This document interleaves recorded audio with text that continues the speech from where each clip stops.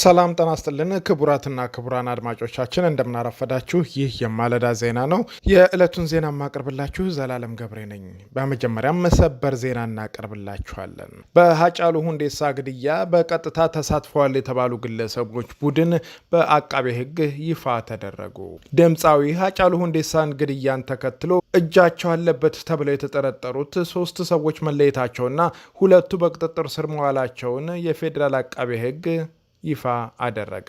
የሀገሪቱ ጠቅላይ አቃቤ ሕግ ወይዘሮ አዳነች አበቤ ዛሬ አርብ በሰጡት መግለጫ ላይ እንዳስታወቁት በግድያው ውስጥ በቀጥታ እጃቸው አለበት ያሏቸውን የ3 ሰዎች ማንነትና ከግድያው ጀርባ አለ የተባለውንም ቡድን ገልጸዋል። በዚህም መሰረት በድምፃዊ ሃጫሉ ሁንዴሳ ግድያ በቀጥታኛም ሆነ በተዘዋዋሪ ተሳታፊ ናቸው ያሏቸውን በስም ዝርዝር የጠቆሳቸው 3 ሰዎችን እና ግለሰቦችን ገልጠዋል። ጥላሁን ያሚ፣ አብዲ አለማየሁና ከበደ ገመቹ የተባሉ ግለሰቦች መሆናቸውንም አስታውቀዋል። ጠቅላይ አቃቤ ሕግ ወይዘሮ አዳነች አበቤ እንዳሉት ሃጫሉ ሁንዴሳን በጥይት ተኩሶ የገደለው ጥላሁን ያሚ የተባለው ግለሰብ እንደሆነና ቀሪዎቹን ግለሰቦች አብዲ አለማየሁና ከበደ ገመቹ ደግሞ በግድያው ውስጥ ቀጥተኛ ተሳታፊ መሆናቸውን አመልክተዋል። ጨምረው 3ቱ ግለሰቦች የግድያውን ተልዕኮ ኦነግ ሸኔ ከተባለው ቡድን ጋር ተቀብለው ማስፈጸማቸውን በመግለጽ ቡድኑ ከግድያው ጀርባ እጁ እንዳለበት አቃቤ ሕግ ተናግረዋል። ቡድኑ ግድያው እንዲፈጸም ለተጠርጣሪዎች ያቀረበው ምክንያት መንግስት መዳከሙና ወደ መፍረስ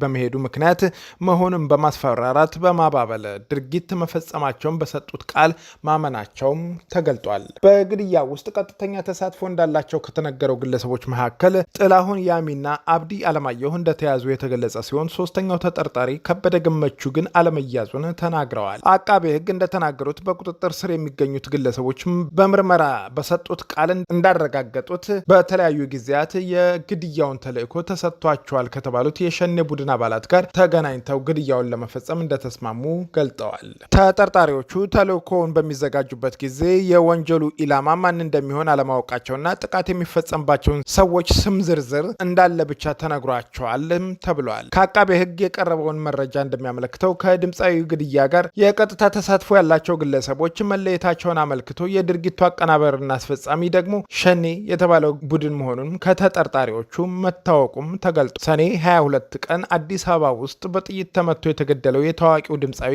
የሃጫሉ ሁንዴሳ ግድያ በመላው ሀገሪቱ ድንጋጤ የፈጠረ ሲሆን ግድያውንም ተከትሎ በአዲስ አበባ ከተማና በኦሮሚያ ክልል ውስጥ በተፈጠረ አለመረጋጋት ወደ 200 የሚጠጉ ሰዎች ሕይወት ማለፉም ይታወቃል። ግድያውን ተከትሎ በድርጊቱ የተጠረጠሩት ከ10 በላይ ሰዎች በፖሊስ ተይዘው ምርመራ እየተደረገባቸው እንደሆነም አቃቤ ሕግ ተገልጾ እንደነበር ይታወሳል። ይህ ማለዳ ነው። ከ8ኛና 12ኛ ክልላዊ ሀገር አቀፍ ፈተና ወሳጆች በስተቀር ሁሉም የመጀመሪያና የሁለተኛ ደረጃ ተማሪዎች ወደ ቀጣዩ የትምህርት ደረጃ ያለምንም ፈተና እንዲዛወሩ ተወሰነ። ያለ ፈተና የተዘዋወሩት ተማሪዎች የማካካሻን ትምህርት እንዲሰጣቸውም የትምህርት ሚኒስቴር በዛሬው ዕለት በሰጠው መግለጫም አስታውቋል። ሚኒስትሩ ዶክተር ጌታሁን መኩሪያ እንዳስታወቁት ክልላዊና ብሔራዊ ፈተና የሚወስዱ ተማሪዎች ደግሞ ትምህርት በሚጀመርበት ወቅት የ45 ቀናት ማካካሻ ትምህርት ከወሰዱ በኋላ ፈተናውን የሚወስዱ ይሆናልም ብለዋል።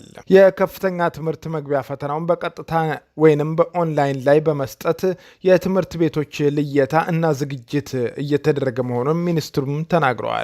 የመንግስትም ሆነ የግል ትምህርት ቤቶች ምዝገባ የሚጀምሩት ከነሐሴ ወር መጨረሻ ሳምንት ጀምሮ እንደሚሆንም ገልጠዋል። የግል ትምህርት ቤቶች በቀጣዩ ዓመት የትምህርት ክፍያ ላይ መጨመር እንደማይችሉም በመግለጽ አሳስበዋል። በኦሮሚያ ክልል በሰውና በንብረት ላይ የላቀ ጉዳት መድረሱን መንግስት አስታወቀ።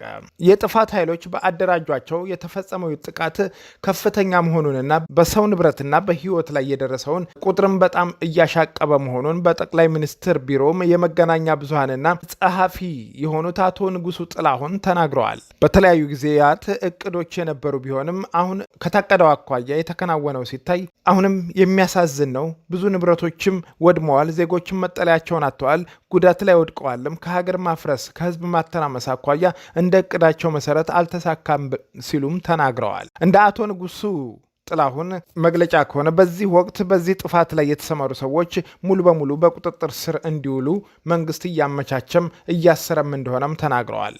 በማደራጀት ደረጃም ብጥብጡ እንዲስፋፋ ያደረጉ በሙሉ ቁርጠኝነት በህግ ስርዓት ሊፈጸም እንደሚገባም አክለው ገልጠዋል። መንግስት አስፈላጊውን እርምጃ የመውሰድ ግዴታም አለበት። ይህንን ነገር የማስፈጸም ጥቃትም ያደረሱም ሆነ እንዲያደርስ ያደረጉም ሰላም እንዲሰፍን ማድረግ እየቻሉ በስልጣን ላይ ተቀምጠው ኃላፊነታቸውን በትክክል ያልተወጡ ግለሰቦች ላይ ውሳኔ እንዲተላለፍ ተደርጓልም ብለዋል።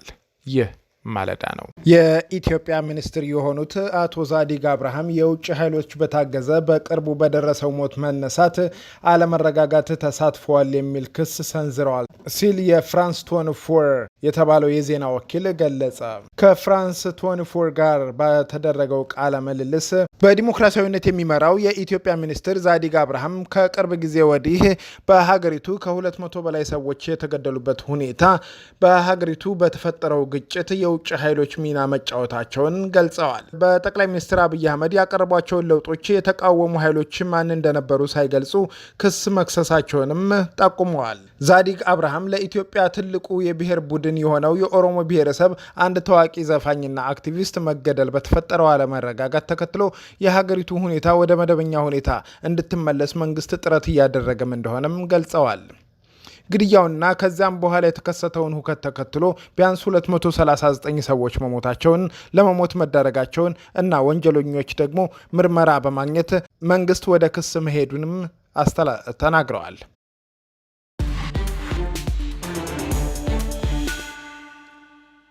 Hello and welcome to the France 24 interview. Our guest today is Zadig Abraha. He's the Ethiopian minister in charge of democratization. He joins us from Addis Ababa. Mr. Zadig, thank you very much for being with us today. Thank you very much. Same here. Mr. Zadig, your country has seen a wave of unrest. Several hundred people were killed, many more arrested, following the killing of ሃጫሉ ሁንዴሳ, a well-known singer and an activist for the Oromos. It's Ethiopia's largest ethnic group. So first question, has calm come back in your country? Is everything under control, or are there still some incidents related to this killing?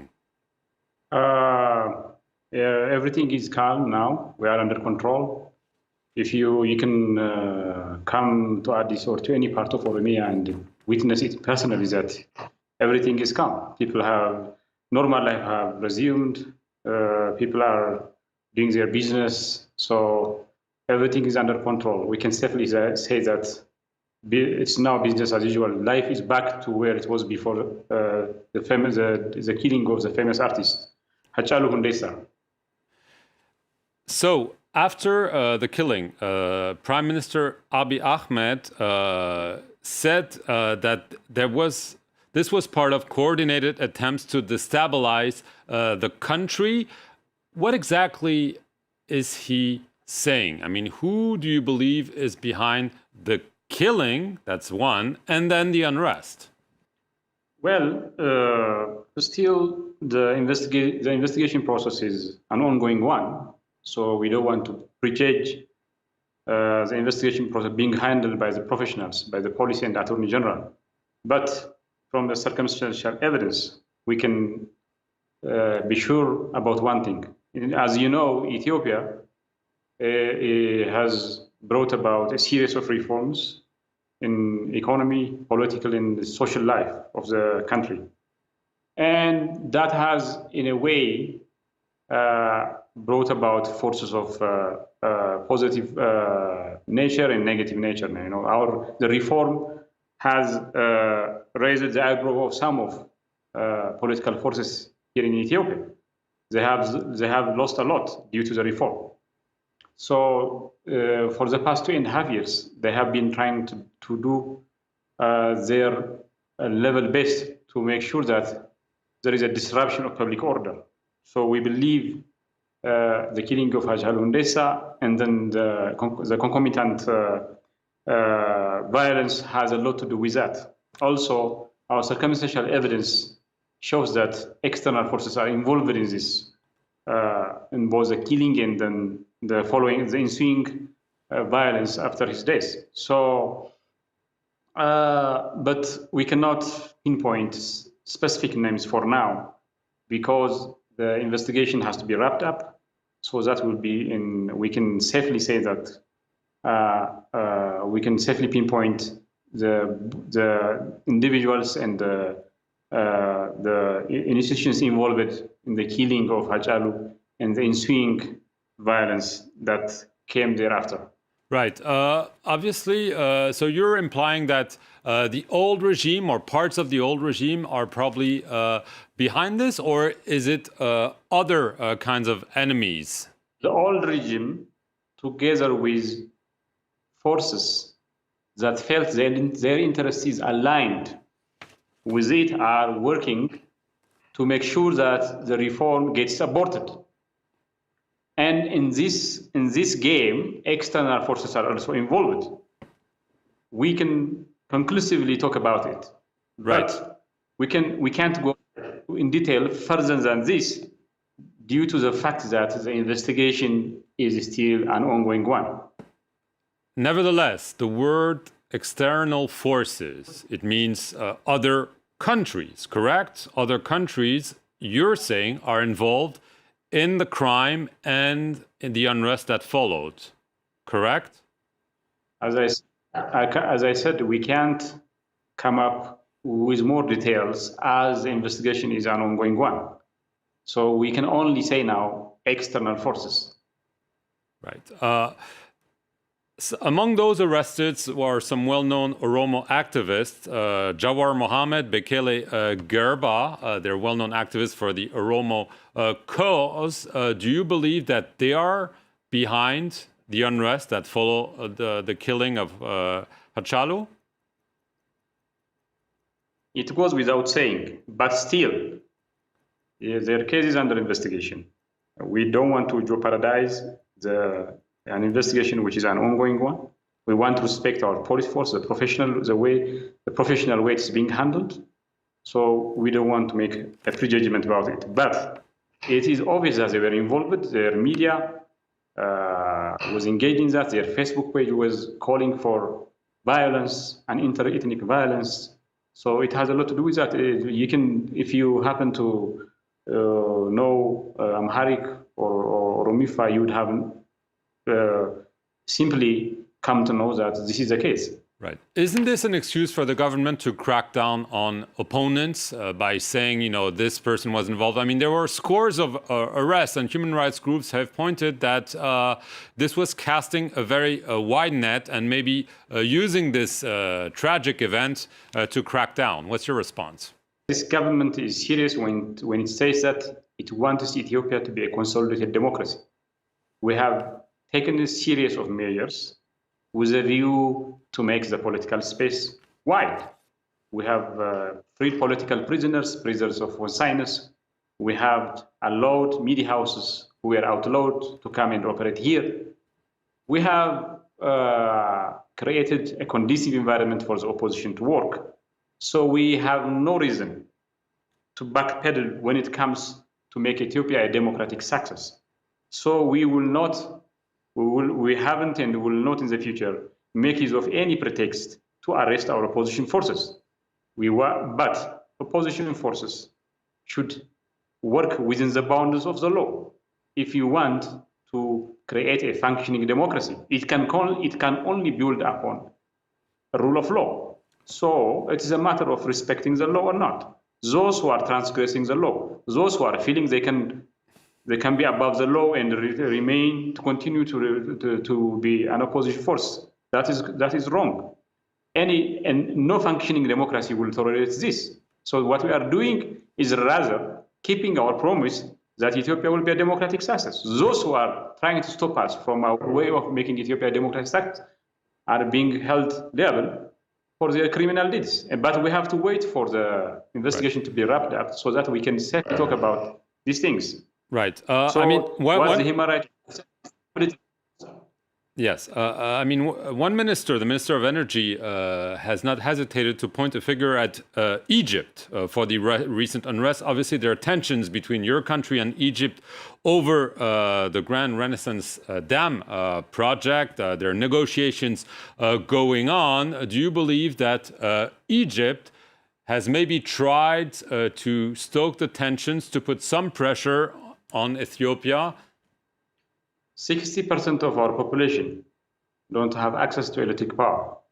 The GERD, the Grand Ethiopian Renaissance Dam, is a project to save our women from spending time to collect firewood so that they meet their demand for energy. And in a way that is jeopardizing their educational attainment. So this is a development project, we believe, and this is a non-consumptive project in the first place. We don't use we want to use the water for irrigation purposes. So we don't believe there should be a tension rising out of this. We believe our Egyptian brothers will come to their sense and welcome our move. But still, do you believe that Egypt was as- behind the unrest to put pressure on you in this negotiation process? As I said, the investigation is underway. So we cannot conclusively say about it. We can only say external forces are involved in this. When you have a clear picture of it, we'll come and announce it. Right. But now we can't say.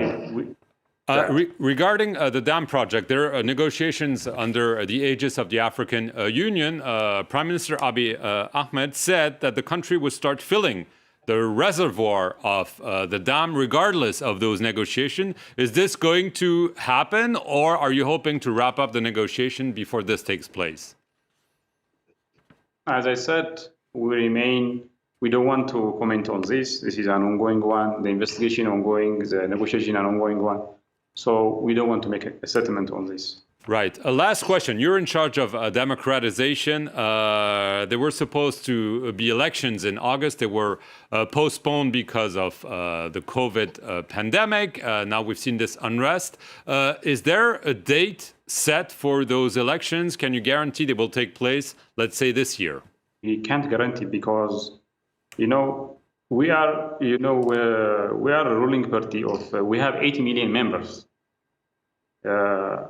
Had it not been for COVID, we believe we would have won this election. Even if that is not the case, it means if we happen to lose the election, it will be historic for Ethiopia, as we are going to be the first party to allow itself to go through a competitive, open, and fair election and lose. So in both cases, it's a very historic one. If we win this historic one, it will give us a chance to implement our program.